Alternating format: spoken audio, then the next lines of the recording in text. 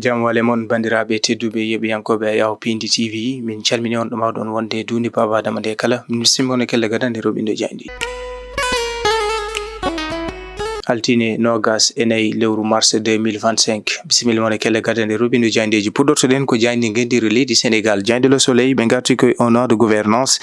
et un cap affirmé ɓe garti kamɓe Jayndi Le Soleil hitande ñalawma tawtude ñalawma bandum timmi hitande ko kanko Bassirou Diomaye Diakhar Faye woni ɗowɗo leydi Sénégal to banggue jappere laamu ngu. L'agenda en mars e yiide Jayndi Le Soleil o saaha noon guinol golle to banggue o nande lappi ɓamtare leydi Sénégal nana e koyɗe poccide e yiide Jayndi Le Soleil. Jayndi Rewmi Quotidien ɓe garti koye kan haala ɓe garti to banggue o nande ɓetto ko jooɗi e jappere leydi Sénégal kanko horejo leydi ndi yiide Jayndi Rewmi Quotidien ɓen yaadiɓe kanko horejo leydi ndi nana e poɓɓugol caggal nde teska golle pawdinɗe ɗo waɗi e leydi ndi koɗo landaji cerindi ɗi koliti wonande ko ari ko fewde joni e caɗele teskaɗi hen kono kadi échec mo kanko horejo leydi ndi Bassirou Diomaye Diakhar Faye. Jayndi Point Actu ɓe garti koye Sonko pose les actes d'une reconstruction de Yewwi koliti kanko mawɗo jagorɗo leydi Sénégal Ousmane Sonko nanay koyɗe ngam tigi wurtinde Yewwi Askan Wi ɓe garti caggal nde ɓen ɓe ganduɗa ko fedde FDR dari ngam habtade e laamu ngu kanko Ousmane Sonko caggal Aïda Mbodj jaggal mawgal e ɓen ɓe ganduɗa ko laamu ngu kono kadi kanko Ousmane Sonko hundude Déthié Fall jillu mabɓe ngam yindiroyde o mo ganduɗa ko Malick Gakou Mamadou Lamine Diallo e Cheikh Tidiane Youm mo Pire kono ne kadi kanko mawɗo jagorɗe walla mawɗo batirde gendire leydi Sénégal mo ganduɗa ko El Hadji Malick Ndiaye jillu mum ngam yindirde Serigne Moustapha Sy gardiɗo Lande Pure. Jayndi Point Actu arti ha joni alhaali Sellou Dalein Diallo tawi caggal ɗum ganduɗa ko procureur de cour de répression des infractions économiques et financières CREIF mo leydi Guinée Conakry nana ngam wadde inculpé kanko Sellou Dalein Diallo woni saabi waɗi erango fabuɗo e nder leydi Sénégal mbo saabi wonande o saaha lam on ɓe ganduɗa ko ardiɓe leydi Guinée Bissau jiiɗi ko teppudemo ko yetno e ɗiɗo sumgaji payaɗi saabi lande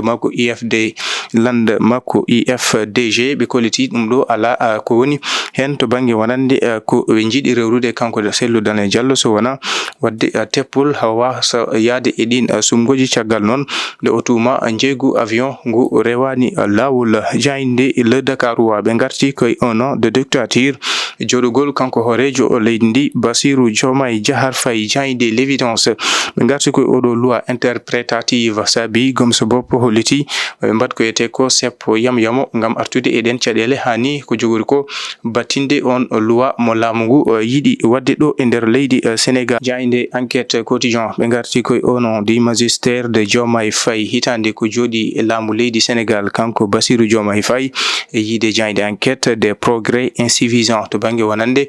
to banggue gartam ɓamtare leydi ndi koɗo noon caɗele kamɓe teppi teskaɗi hen ɓe garti kamɓe enquête caɗele teskaɗe to banggue audit des finances publiques caɗele to banggue santé hani éducation ko noonne kadi caɗele to banggue wonande ko yete ko justice emploi santé éducatif ɓe kolliti ɗum ɗo kala ko ɗum caɗele ɗe ganduɗa hande ne teska ɗo e nder leydi Sénégal. Jayndi Le Témoin ɓe garti koye au nom du duo Diomaye Sonko entre réformes audacieuses et défis à relever ɓe garti ko e hitande ko jooɗi e jappere leydi Sénégal on duo Diomaye e Sonko to banggue wayloji hay kesam kesagal ɓe jiiɗi addude leydi ndi caɗele ko fadiɓe hani e caɗele mawde e ko yetnogo noon alhaali leydi ngam wattude ɗum e lawol. Jayndi L'Observateur ko hen ɓe garti un an du duo Diomaye Sonko le champ de Mars ɓe garti koye caɗele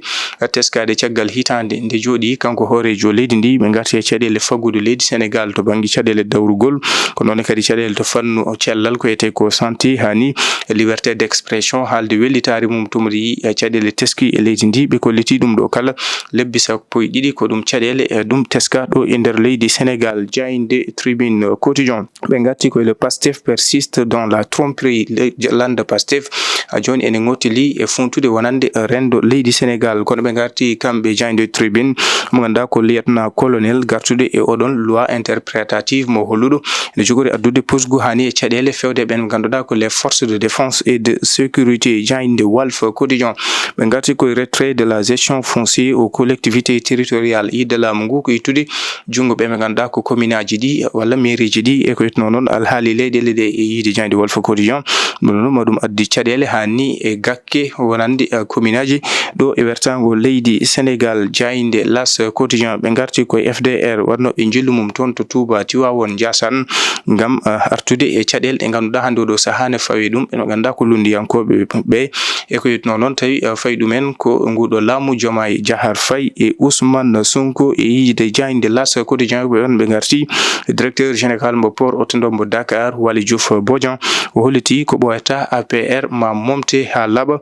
yiide jayde L'As Quotidien. Jayde Site Quotidien ɓe garti koye diplomatie sénégalaise, un leadership affirmé en recul perceptible. ɓe garti ko hitande ko jooɗi jappere leydi Sénégal ɓe garti noon e diplomatie leydi Sénégal ɓangguinde laate mo ganduɗa ko Léopold Sédar Senghor, Abdou Diouf, Abdoulaye Wade, Macky Sall ayni e o saaha gonɗo e laamu leydi Sénégal Bassirou Diomaye Diakhar Faye. Jayde Le Quotidien ɓe garti koye hitande ko jooɗi kanko horejo leydi ndi Bassirou Diomaye Diakhar Faye, un an du régime de Pastef Diomaye Sonko, fin les comptes e yiide mo ganduɗa ko Hamidou Anne holliti balɗe 395 ko ɗum balɗe ɗe ganduɗa ala hen foof ne wayno ko waɗi to banggue golle jumtuɗe e peeje ɓamtade ngam ɓamtugol leydi Sénégal e ɓen ɓe ganduɗa ko kay tigui jooɗi e jappere leydi Sénégal mo ganduɗa ko Bassirou Diomaye Diakhar Faye e Ousmane Sonko e yiide jayde Le Quotidien. Bandiraɓe tedduɓe yeɓoyankoɓe Yaw Pindi TV